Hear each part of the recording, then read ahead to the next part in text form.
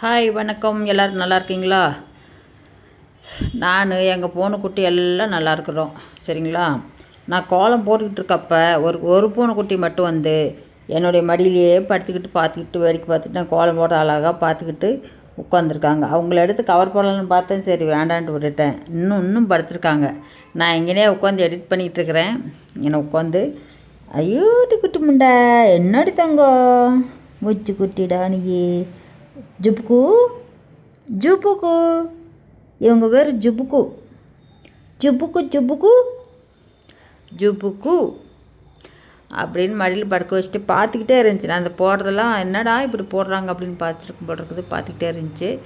சரின்ட்டு நானும் அப்படியே போட்டுட்டு அதுவும் எனக்கு ஒரு சந்தோஷம். கூடவே மடியில் படுத்துருக்குதாங்கண்ணா. குட்டி குட்டி குட்டிடி தங்க குட்டிடி நீ ஒன்னடி தங்கம் சாப்பிட்டியா?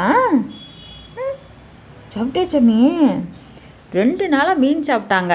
அதனால அவங்களுக்கு கொஞ்சம் கத்தாமல் இருக்கிறாங்க. இல்லைன்னா சாப்பாட்டுக்கு பறன்னு பறக்குவாங்க.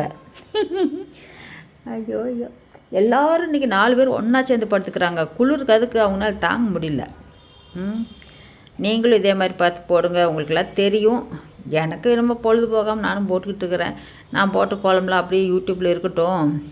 கொஞ்ச நாள் நான் போய் சேர்ந்துட்டுனா கூட இது பாட்டில் யூடியூப்பில் போய்கிட்டு இருக்கும்ல. ஓ அந்த செல்வலட்சுமி அம்மா இருந்தாங்க, அவங்க போட்ட கோலம் இது அப்படின்ட்டு என்னத்தை சொல்லிட்டு என்னமோ போய்கிட்டு இருக்குதுங்க. அப்படியே பார்ப்போம். பொழுது தூக்கம் வந்துடுச்சுங்கோ. தூக்கம் மேலே ஏறிட்டாங்க. கோலம் போட்டு முடிச்சுட்டேன். அதில் மேலே ஏறிட்டாங்க. ஜுப்புக்கா ஜுப்புக்கு.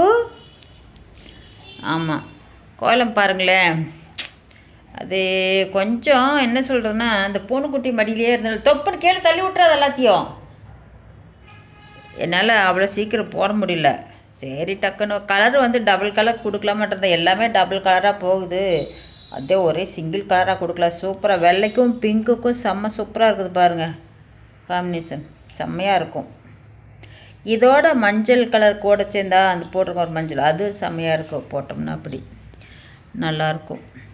மாறி ரொம்ப ஈஸிங்க. சிம்பிளாக போட்டலாம். சீக்கிரம் சரு அது நான் உட்காந்து போடுறதுனால இந்த அளவுக்கு.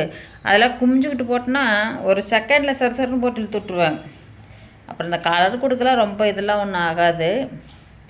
அது நீங்கள் ஈஸியாக இது பண்ணிக்கலாம். மொத்தம் இந்த கோலம் போடும்போது விட்டு அப்படியே ஒரு பூ ஃபினிஷ் பண்ணிட்டு போடுவாங்க சில பேர். அப்படி போடாமல் மொத்தம் எல்லாம் இப்படி போட்டுக்கோங்க.